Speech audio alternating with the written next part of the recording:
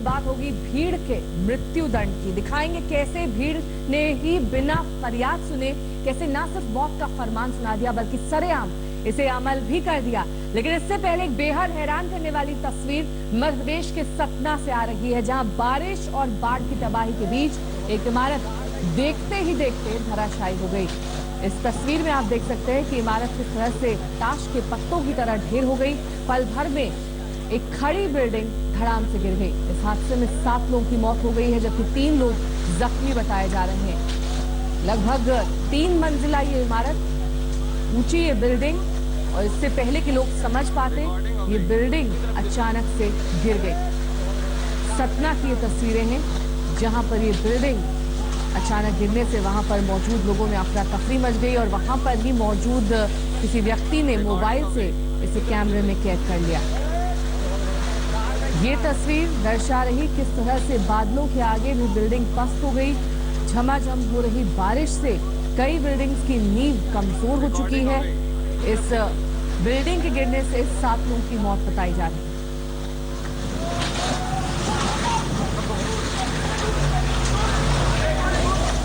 और ज्यादा जानकारी के साथ रवीश पाल सिंह हमारे संवाददाता हमारे साथ जुड़ गए हैं। रवीश, ये बिल्डिंग जिस तरह से हम देख रहे हैं गिर रही है, जाहिर तौर पर नींव कमजोर हो गई थी। कितनी पुरानी थी ये बिल्डिंग? देखिए, ये सबसे ज्यादा चौंकाने वाली बात है नेहा, क्योंकि ये बिल्डिंग महज साल भर पहले बनकर तैयार हुई थी और साल भर में क्योंकि यहाँ पे पोजीशन अब तक ये इस बिल्डिंग में रहने वाले लोगों को नहीं दिया गया था, तो जो हाउसिंग बोर्ड के कर्मचारी थे वो ही इस इमारत में रह रहे थे। और जो मूसलाधार बारिश पिछले 2 दिनों से सतना, रीवा, मेहर, इन तमाम इलाकों में हो रही है, उसके बाद अचानक से आज सुबह जो है इस इमारत से ये भरभरा के गिरती है। और बताया जा रहा है कि तकरीबन 2 से 3 दिन पहले जो है इसमें क्रैक देखे गए थे और हाउसिंग बोर्ड के लोगों को बाकायदा इसकी जानकारी दी गई थी, लेकिन उस पर कोई कार्रवाई नहीं की गई, लोगों को एहतियातन बाहर भी नहीं निकाला गया। और अचानक से आज सुबह ये हादसा हो जाता है, जिसमें फिलहाल तक की अगर हम बात करें तो 2 लोगों की मौत की पुष्टि अभी तक प्रशासन ने कर दी है, लेकिन अभी भी प्रशासन कह रहा है कि कुछ लोग इसमें दबे हो सकते हैं और उसके लिए अभी जो बचाव कार्य है वो लगातार जारी है।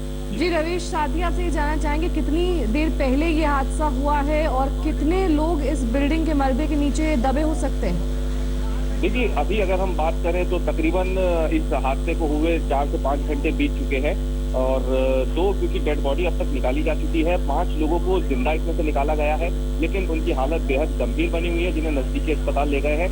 फिलहाल पूरा प्रशासनिक अमला मेहर में मौजूद है और इस इमारत के जो मलबे हैं उसको हटाया जा रहा है जेसीबी से।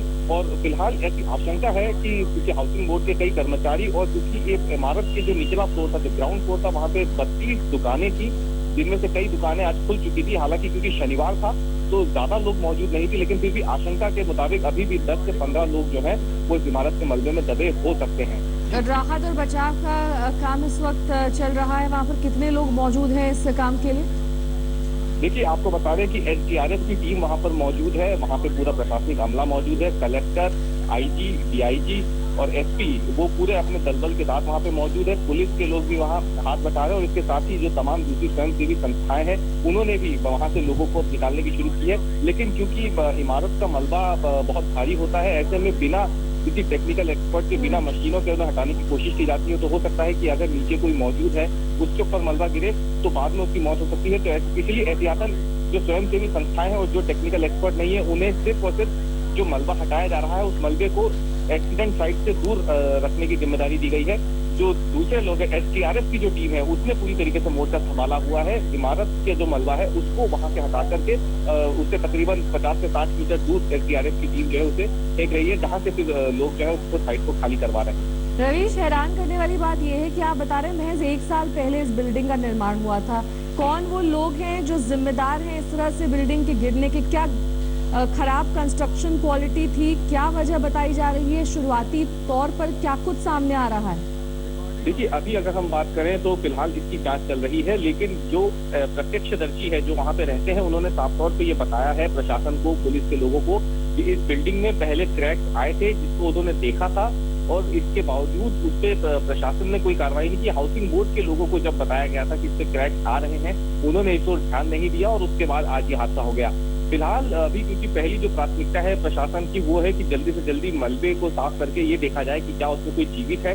यदि कोई उसमें से जीवित निकलता है तो उसे तुरंत अस्पताल पहुंचाया जाए। इसके बाद कलेक्टर से जब हमने बात की तो उनका साफ तौर पर कहना था कि पूरी जांच की जाएगी कि आखिरकार 1 साल पहले बनी ये इमारत इतने जल्दी कैसे गिर गई, क्योंकि 3 मंजिला ये इमारत थी, 20 इसके अंदर फ्लैट थे और 32 दुकानें थी। और बड़ा प्रोजेक्ट था हाउसिंग बोर्ड का वहां पे मेहर में, क्योंकि ज्यादा बड़ा इलाका नहीं है, वहां पे 3 मंजिला इमारत होना बहुत बड़ी बात होती है। तो ऐसे में ये जरूर देखा जाएगा कि क्या इसमें फॉल्ट किसकी थी, गलती।